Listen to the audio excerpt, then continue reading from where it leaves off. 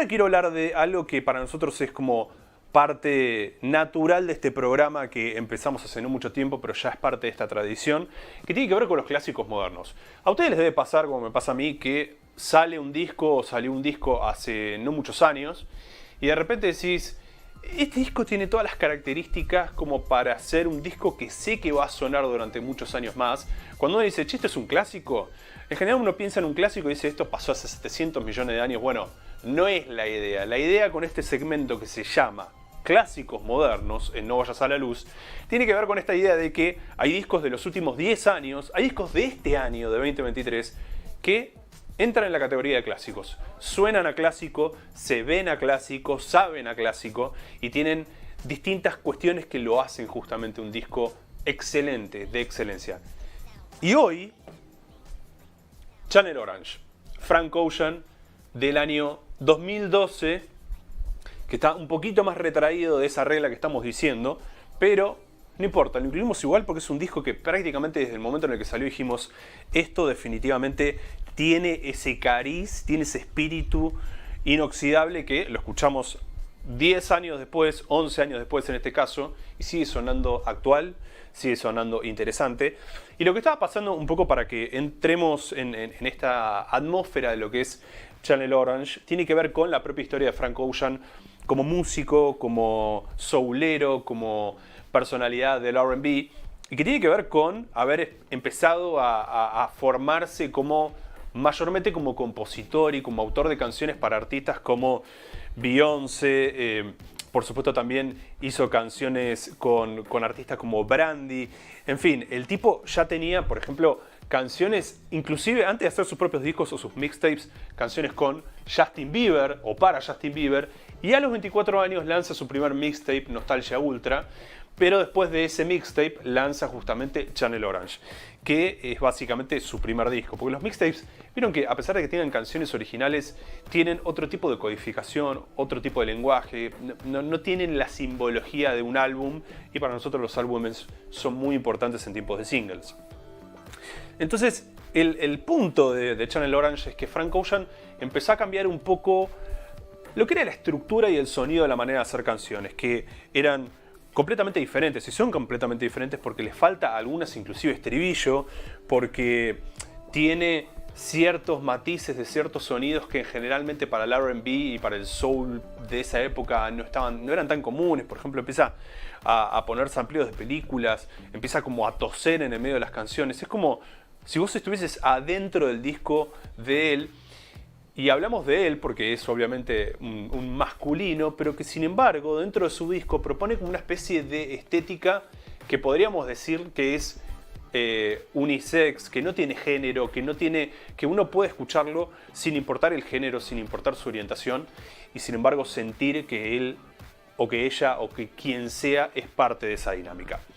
En el caso de Ocean, él grabó su voz en solitario durante varios meses. Yo entiendo que eso quizás tiene que ver con una búsqueda de perfección que tiene que ver con el resultado final, pero lo venía trabajando con los dos productores del disco, los productores generales que son Ocean y Malay, que también tiene que ver con una atmósfera del disco, que tiene que ver con el colectivo Old Future, que es un colectivo de raperos, hip hoperos, pero ahí hay una salvedad, porque uno quizás cuando piensa en un colectivo de hip hop o de rap, piensa indefectiblemente en un grupo como Wu-Tang Clan, por ejemplo, en los 90, pero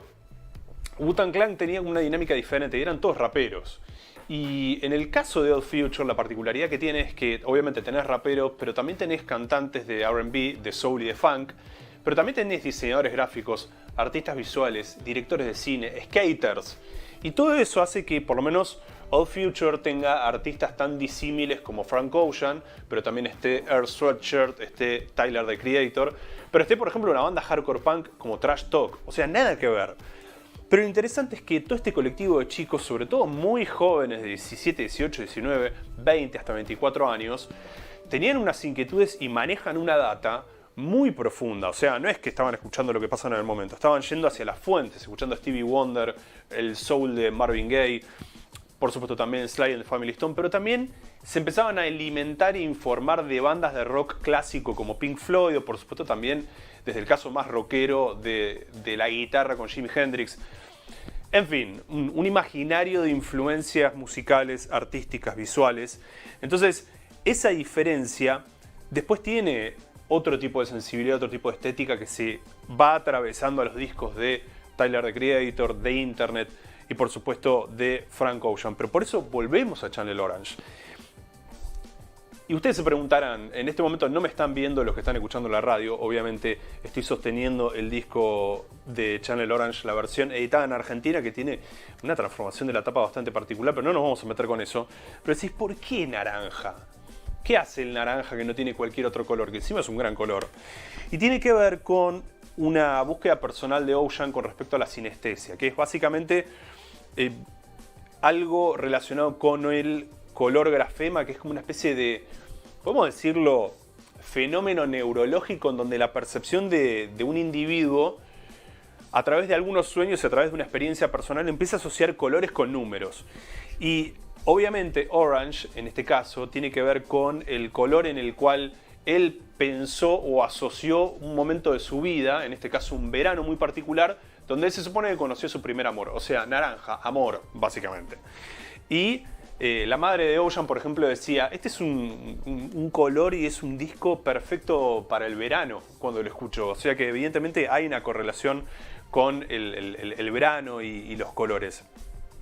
Pero muchas de las canciones de este disco, o sea, hay una canción, por ejemplo, que se llama Crack Rock, que no la vamos a escuchar hoy,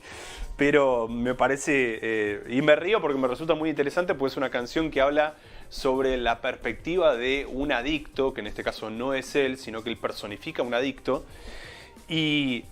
es muy loco escuchar una canción de soul y R&B medio melosa, un poco melódica, suave, que habla justamente sobre fumar pasta base. Tiene como una perspectiva muy, muy interesante. Pero muchas de las otras letras del disco hablan de amor,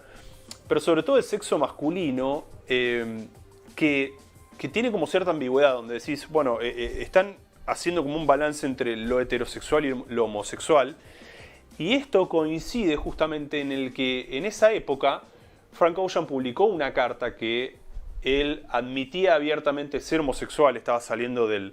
closet, y que él había tenido como muchos amores no correspondidos con varios hombres. Y cita en eso a la experiencia que tuvo sobre ese amor verdadero, que es el que inspira básicamente este disco, ¿no? Lo bueno de eso, que es algo que no ocurría entonces y que generalmente en la órbita del hip hop no era común, y no era común sobre todo porque estamos hablando en tiempos de internet, es que recibió el apoyo de Def Jam, que es el sello que editó este disco, junto con Odd Future, el sello que en su momento fue de Rick Rubin y de Russell Simmons, que editó a Beastie Boys, a Run DMC, etc. Recibió por supuesto el apoyo del sello, que era algo también, sobre todo muy importante desde lo institucional, pero por supuesto también de otros artistas y comentaristas culturales. Y toda esta discusión que tuvo ese disco en ese momento, más allá de que es extra musical pero también lo interpela, tiene que ver, por ejemplo, con Tyler, the Creator, que es el líder del colectivo Odd Future, que en cierta manera también salió a bancarlo, pero Tyler también había tenido en su momento como expresiones ultra homofóbicas que hicieron desesperar y enojar a muchísimas personas. Y después él terminó teniendo su propia historia personal con ese tópico en su disco Flower Boy. Con lo cual empieza a haber ahí una conexión de narrativas entre todos los distintos discos de Odd Future como colectivo. Pero eso es para otro capítulo, porque seguimos hablando obviamente de Channel Orange, de Frank Ocean. Y una de las cosas interesantes es que Ocean tenía, como decía, 24 años cuando hizo este disco. Y es una persona muy joven para tener clara muchísimas cosas y para crear un concepto tan sólido, ¿no? Con un encanto, con un nivel de inteligencia y humanidad que había como una promesa en Nostalgia Ultra, en el mixtape, pero acá está como completamente condensado y sobre todo se ve, por ejemplo, hay una canción como Thinking About You, que en realidad él no la había hecho para sí mismo, sino que la tenía ahí como compuesta para quizás algún otro artista. Pero, bueno, a partir de esa canción estamos hablando de un tipo de madurez y un tipo de composición